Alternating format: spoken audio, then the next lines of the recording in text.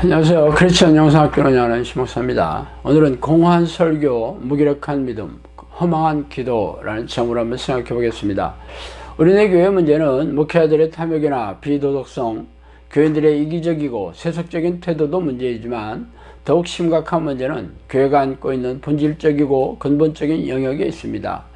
아시다시피 기독교는 관념적인 종교가 아니라 실제적인 능력으로 살아계신 하나님을 증명해 왔죠. 그러나 지금은 아니에요.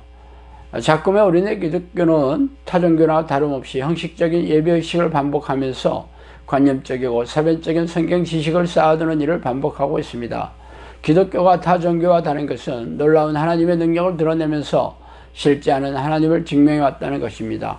그러나 우리네 교회는 무능하고 무기력의 극치를 보여주고 있죠. 그래서 대부분의 교인들은 예배의식에 참석하거나 희생적인 신앙행위를 하는 종교주의자들로 변질이 되었어요. 어쩌다가 우리네 교회가 이런 처참한 지경에 빠지게 되었는지는 모르겠지만 기가 막히고 참 한숨이 절로 나오죠. 그래서 오늘은 왜 우리네 교회에 이런 일이 생겼는지 한번 짚어보고 싶어요. 먼저 공허한 설교입니다. 저 역시 목사의 신분으로 설교에 지대한 관심을 가지고 있어요.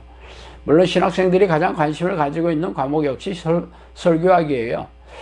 교인들이 감동을 받고 은혜를 받는 설교를 한다면 꽃길을 예약했다고 해도 과언이 아니겠죠.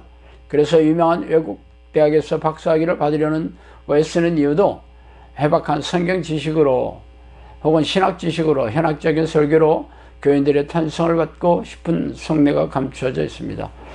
박사학위가 없더라도 감성을 터치하는 쫀득쫀득한 설교를 할 수 있다면 여기저기서 담임 목사로 청빙하려고 할 것입니다.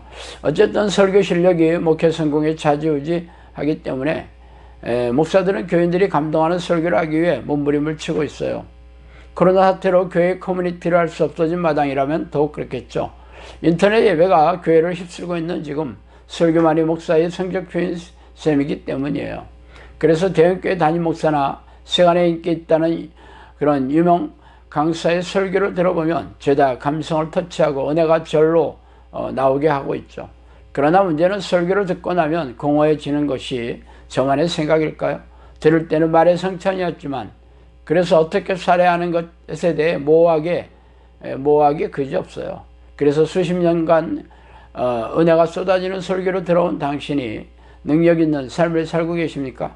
설교를 잘하면 설교를 잘하면 무엇이에요? 삶에 아무런 능력이 없는 공허한 메아리일 뿐이죠. 교인들이 설교를 들은 대로 살아갔다면 우리네 교회가 이렇게 세상 사람들에게 조롱과 멸시의 대상이 되어 치욕을 당하고 살 수가 없기 때문이죠.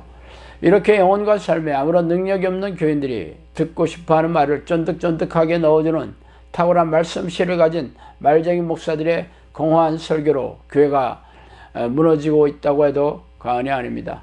평양 대부흥 시절의 목사들은 말을 잘해서 교회가 놀랍게 부흥이 되었습니까?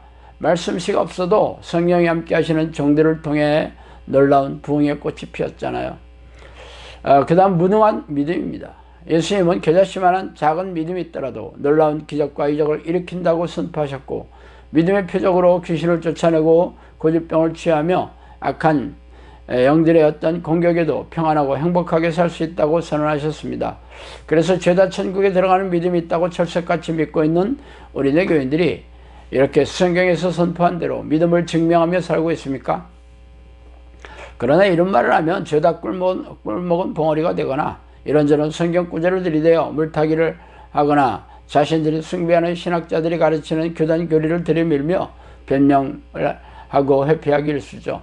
말하자면 그런 기적과 이적은 초대교회 시절의 한시적인 현상이었으며, 성경이 완성된 이 시대에는 그런 기적과 기적이 더 이상 필요 없다고 말하고 있죠. 그러나 기적과 이적이 초대교회 시절에 한정된 하나님의 방식이라는 말이 성경 어디에 있어요? 기적과 이적은 창세기 첫 장부터 요한계시록 마지막 장까지 도배하고 있잖아요. 또한 예수님이 하신 말씀은 천지가 없어지더라도 불변하신다고 선포하셨는데, 초대교회만 한정되었다고 가르치는 교단 신학자들과 목사들의 말이 성경 위에 있다니 참 기가 막히잖아요. 물론 이런저런 성경 구절을 자의적으로 해석해서 아전 인수식으로 가르치는 거야 그렇다 손치고, 하나님이 전지전능하시다고 말하면서 하나님의 백성이고 예수님의 제자들이 무능하고 무기력하게 산다는 게 말이나 돼요? 자신들에게 이적과 기적으로 드러내는 성령의 능력이 없음을 한탄하며 회개하기는커녕 이런저런 변명과 자기 합리화를 하면서 혹세무민하고 있는 게 우리가 마주한 차가운 현실입니다. 믿음에 아무런 능력이 없는 이들은 하나님 함께 하시지 않는다는 증거가 아니고 무엇이겠어요? 그러나 주변을 살펴보아도 죄다 자신처럼 무능하고 무기력한 모습을 보이고 위안을 삼고 위로하고 있으니 기가 막힌 일입니다. 자, 그 다음으로 허망한 기도입니다. 20-30년 전만 하더라도 전국 방방곡곡에 빼곡했던 기도원들이 왜 문을 닫았는지 아세요? 또한 교회 새벽 기도에 나오는 교인들이 점점 사라지고 있는 그 이유를 아세요? 그 이유는 아무리 기도해도 응답이 없기 때문입니다. 그래서 지금은 겨우 교회 중직자들과 새벽잠이 없는 노인들만 듬성듬성 앉아있죠. 그렇다면 왜 기도해도 응답이 내려오지 않게 되었을까요? 기도를 열심히 하지 않아서가 아닙니까? 하나님이 듣지 않는 기도를 해왔기 때문이죠. 지금까지 우리네 교회에서 요구하는 기도 내용이 무엇입니까? 교인 수가 마구마구 늘어나고 헌금이 많이 거쳐서 웅장하고 럭셔리한 교회 건물을 지어 대형교회가 단임 목사가 되는 게 목사들의 요구하는 절대적인 기도 제목 아니에요? 교인들의 기도 제목 역시 무엇입니까? 세상에서 잘되고 부자가 되며 배우자와 자녀들이 성공하고 폼나게 사는 그런 세속적인 내용들이잖아요. 그 어디에도 하나님의 뜻을 구하고 하나님이 기뻐하시는 기도는 안중에도 없어요. 그래서 아무리 기도해도 응답이 없자 희생의 강도를 더해 금식기도, 작전기도, 릴레이기도, 일천번제 기도, 그런 기상천외한 기도 방식을 만들어 하나님의 목을 옥죄고 있잖아요.